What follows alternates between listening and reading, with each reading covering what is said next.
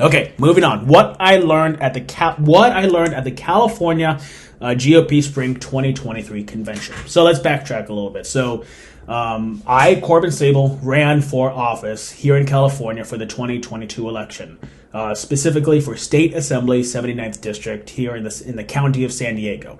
So I didn't win, obviously, but what that means is that I was able to vote for in the California GOP convention. Not only was I able to vote, but candidates who run on the state and federal level nominate delegates.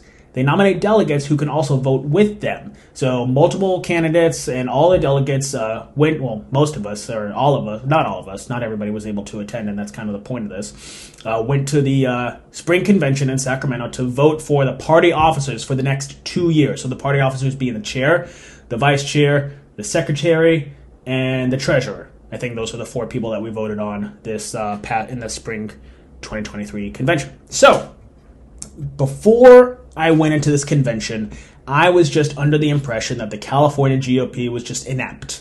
They were just really good at losing elections, right? I thought that was the problem with the California GOP party, the party of the California GOP. That was the crux, the magnitude of their issues, is that they were just inept. But I learned of something that should truly, truly disgust you. So typically, Republicans rag on ballot harvesting. Typically, Republicans are like, no, ballot harvesting is bad, and there should be some sort of voter integrity. There should be some sort of voter ID, maybe voting in person. Ballot harvesting is bad. Mail-in ballots are bad. We need to restore integrity to our voting process, which I agree. There is. Universal mail-in ballots just allows for corruption, and then political operatives will send out their people to go harvest ballots. So that's something the Democrats do and like, and that's something that the Republicans typically say we need to undo. And until we undo it, the Republicans need to take advantage of that, or else they're never going to win an election again. So it came to my surprise that the ballot harvesting that the Republicans supposedly demise and rag against, they are actually doing that within the California GOP.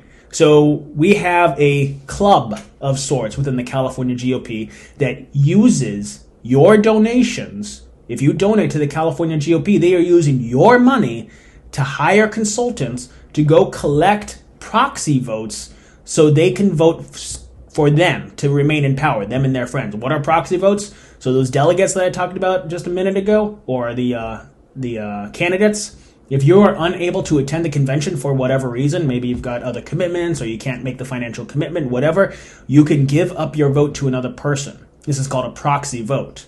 So people within the California GOP, they know this. So what they do is that they go source those proxies ahead of time, and they essentially get the ability to vote for them and their friends ahead of time. They know how many votes, a minimum votes, how many they're going to have before the vote even happens.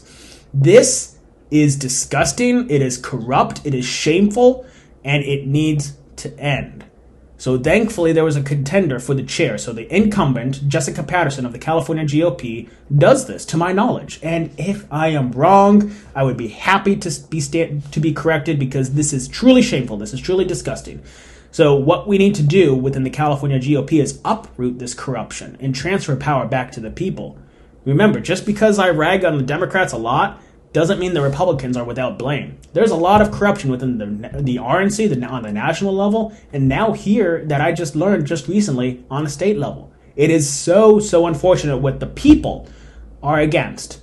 There's really hardly any institutions, if none, that are actually for the people. You've got the Democratic Party machine that is really attacking the people's liberty. You've got the Republican Party that's just generally inept and corrupt and just happy to be in second place perpetually, I suppose. There's hardly anything out there that's really fighting for the people.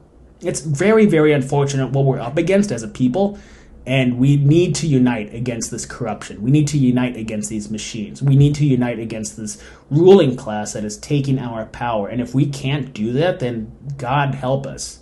Well, God help us regardless if we do that, because we're going to need God's help as we fight this battle for evil. But if we don't unite, if we don't get the the Democrats, the Independents, and the Republicans, and the centrists, and the libertarians, and the anarchists, and the voluntarists, and the whatever it is you want to call it, to unite and take our power back from these corrupt politicians that transcend both political parties. We will not take our power back until we unite and do not let our differences divide us. So that's what I learned at the California Spring 2023 convention.